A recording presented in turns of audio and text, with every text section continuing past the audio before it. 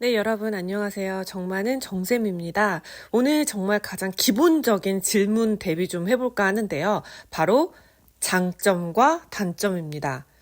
장점은 더하고 단점은 덜하는 기본적인 장단점 만들기를 한번 해볼까 하는데요.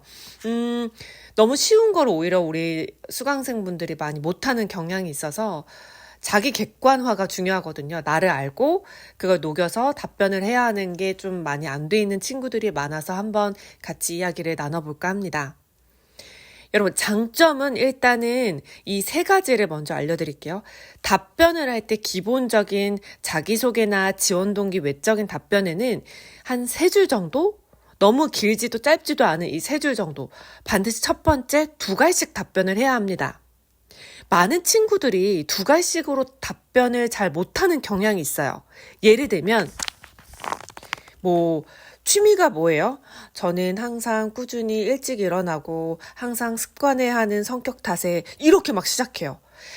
취미가 뭐냐고 물어봤으면 2갈씩은 여러분 말 그대로 가장 중요하고 정답을 먼저 처음으로 이야기를 하는 게 2갈씩 답변이거든요.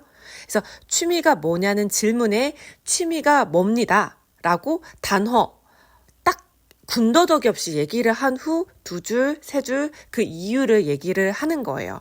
제 취미는 사이클링입니다. 2갈씩 하고 얘기를 하는 거예요. 이거를 습관화 하셔야 돼요. 아시겠죠? 그러면 2갈씩 답변은 너무 중요하고 두 번째로는 이 장점들을 한번 나열해 보세요. 재료가 많을수록 우리가 요리할 수 있는 방법과 가짓수가 많아지잖아요. 나라는 사람을 딱 봤을 때 나는 해시태그로 성실하고 책임감 있고 봉사심도 있고 좀 밝고 긍정적이고 배려심도 강하고 많아도 상관없어요. 다 나열을 우선 해보세요. 그 다음에 이제 그 부분에서 내가 이 팀워크를 발휘했고 글로벌 마인드에 가장 할 말이 많다. 그것을 장점으로 가져오는 걸 추천드릴게요.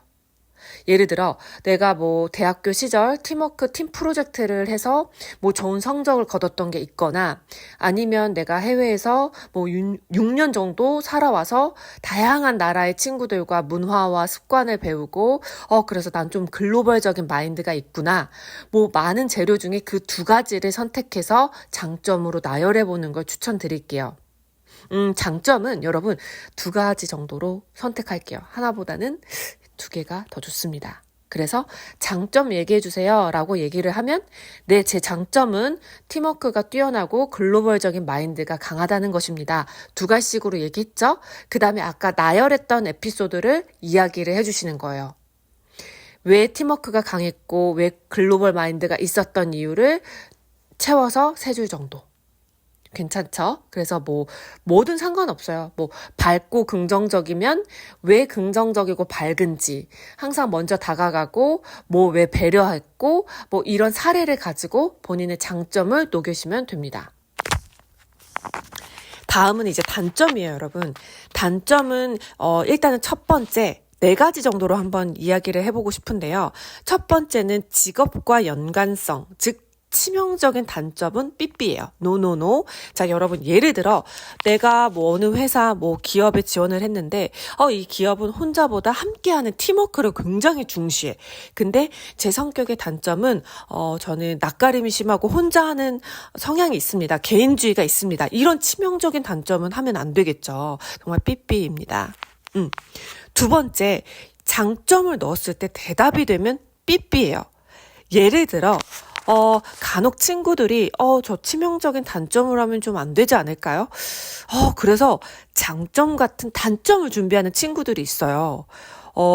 제 성격은 너무 예민한 게 제 성격의 단점입니다. 이렇게 지원을 하는데 여러분 만약에 이 단점에 장점을 넣어봤을 때 이야기가 되면 단점이 아닌 거예요.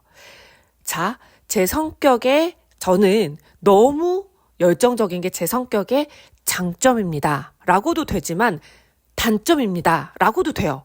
이거는 좀 애매하거든요. 이런 애매모호한 장점 같은 단점은 반드시 피해 주셔야 돼요. 요즘은 그렇게 안 돼요, 여러분.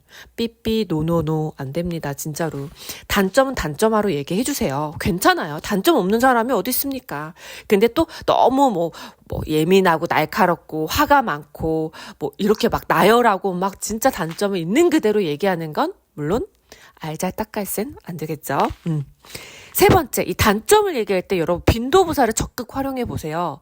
자, 예를 들면 저는 굉장히 성격이 생각이 많습니다. 막 이런 것보다 우리 영어의 빈도부사는 뭐 always, sometimes, 뭐 often 뭐 이런 게 있듯이 생각이 많습니다. 라고 얘기하는 거 좀 치명적일 수 있다면 저는 때론 생각이 많은 편입니다. 라는 이런 때론이라는 빈도부사를 활용했죠. 아니면 저는 우유부단합니다. 이거보다 저는 다소 우유부단한 편인 것 같습니다. 라고 조금 빈도부사를 해서 그 농도를 좀 줄이는 거죠. 그렇게 했을 때 좀 와닿는 게 100이 아니라 한 80%로 조금 전달이 가능할 것 같습니다. 마지막, 이 단점에는 여러분 해결책을 마지막에 좀 제시를 해주세요. 내가 이 단점이 있는 걸 이해하고 알고 있습니다. 플러스 마지막 알파 한 줄 정도는 그래서 이 단점을 보완하기 위해서 뭘 하고 있는 ing나 뭘 할 것이다 라는 해결책을 제시함으로써 마무리를 지어주면 좋겠죠. 제 성격의 단점은 종종 성격이 좀 생각이 깊고 많은 편입니다. 저의 성격의 단점은 때로는 우유부단한 편입니다. 그래서 어떤 것을 결정하는데 좀 다소 시간이 많이 걸리는 편입니다. 그래서 시간도 지체되고 제 성격의 이런 단점을 좀 보완하기 위해서 최근에는 저 있는 그대로 좀 솔직하게 얘기하되 좀 긍정적인 화법으로 말을 이야기하려고 노력하고 제 성격의 이런 부분을 알고 좀 더 정리해서 이야기하는 습관을 들이려고 노력하고 있습니다. 뭐 솔루션 같은 이야기를 해줌으로써 마무리를 지어주면 되겠죠. 또 뭐 저 같은 경우도 굉장히 저는 생각이 굉장히 많아요. 물론 이게 뭐 단점으로 치면 세심하지만 또 예민하지만 세심해 보일 수도 있는 거고 다 동전의 양면 아닐까요? 그래서 여러분의 단점이 아닐 수도 있다는 거죠. 생각이 많다는 건 또 때로는 신중할 수도 있는 거고요. 우유부단하다는 건 상대방을 더욱더 생각한다는 것일 수도 있으니까 우리 너무 부정적으로만 생각 안 하고 중요한 건 이렇게 보완하고 있다라는 모습을 보여주시면 될 것 같습니다. 왜 우리 그런 말 있어요. 긍정적인 사람은 한계가 없고 부정적인 사람은 하는 게 없다라고 해요. 장점, 단점이 무엇이 됐던 뭐가 됐던 중요한 게 아닌 것 같습니다. 그 사람이 어떻게 보여지고 어떻게 하는지 항상 제가 수업 때 강조하는 이응시옷, 인, 성 이 부분이 또 더 나아가서 솔직하게 겸손하게 이 공식만 알고 대답하고 이야기하는 습관을 더 늘려보셨으면 좋겠습니다. 기본적인 질문으로 더 찾아올게요. 여러분 안녕.